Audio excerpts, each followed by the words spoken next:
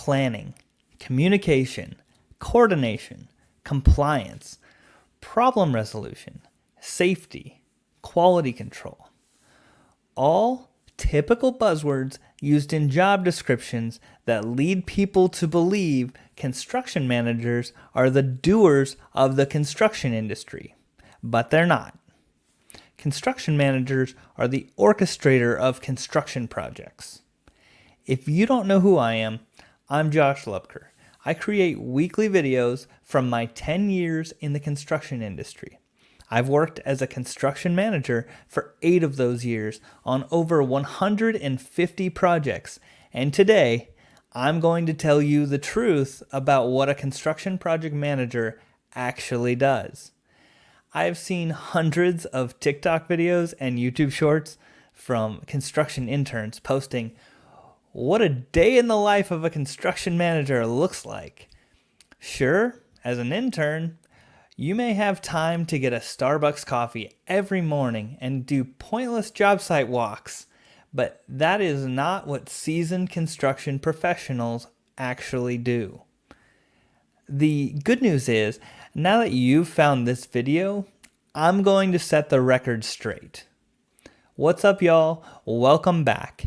If you're looking for content on construction finance or operations, please like the video and hit the subscribe button below. And with that, let's get into it.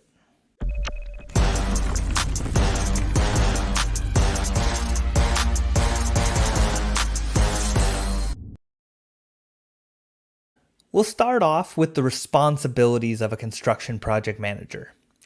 Every project has project cycles and monthly cycles.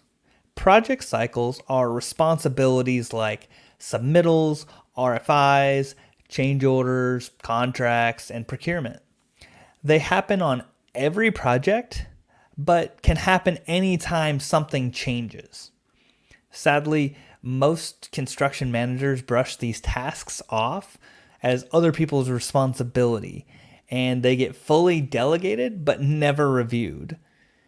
Monthly cycles, on the other hand, are responsibilities like billings, weekly subcontractor meetings, internal budget meetings, and internal labor meetings.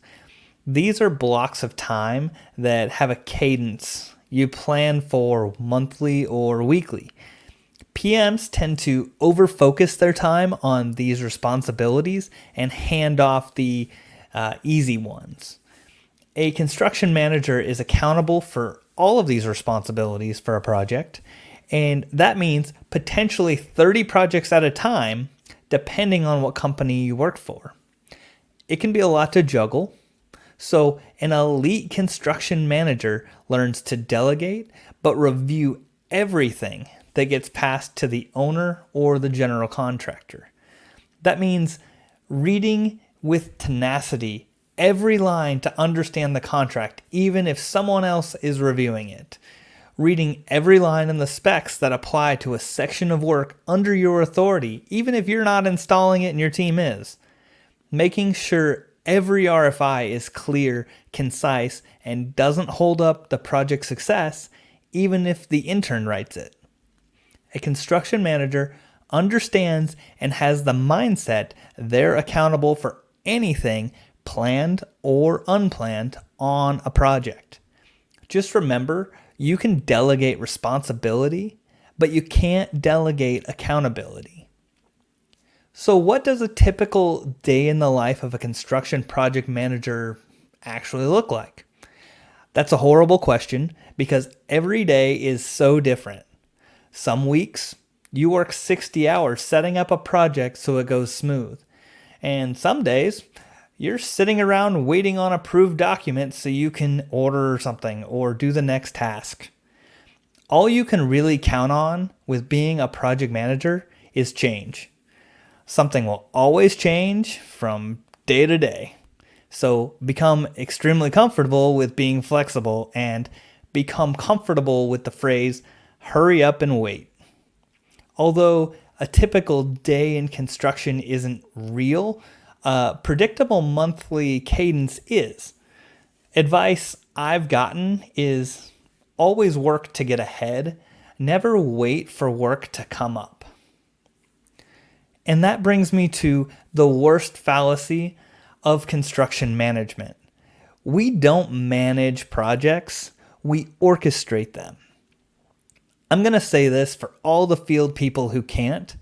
The trades and people in the field are extremely tired of fresh college graduates thinking that they need to be managed by someone who took a class on managing subcontractors.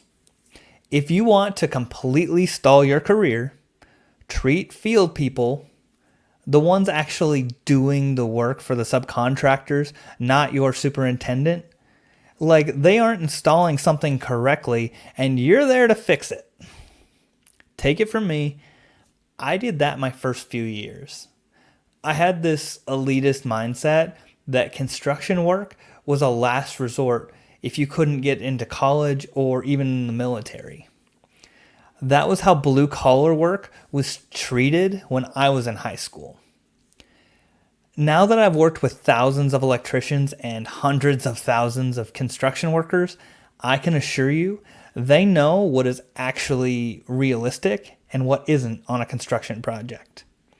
So the best advice I've ever gotten in my career, out of everything else, is first seek to understand, then seek to be understood. The best project managers I've worked for, the ones that were in charge of building billion-dollar buildings for Google, for data centers, high-end high-rises, and higher education medical facilities, they realize they organize the work, not direct it or install it. What that means is build the project on paper. Build it in your mind, use BIM, and try to build the project 6 months before it actually gets built so you can find the problems that are going to hold up the work before they do. I've seen hundreds of electrical one-lines during construction and pre-construction, but none were correct. That means something in the backbone of the building power would not support the power requirements needed. Typically, those are hidden underground in slab or inaccessible in some other way. That's a really big problem. So those are problems you need to find before they can't be fixed. That's how you orchestrate a project and make an impact as a construction manager. But I want to hear what you think. Leave a comment if you have anything you'd add. Remember, work can get accomplished without a project manager, but not without the tradespeople doing the work. The true testament of a great project manager is an efficient and low-stress project.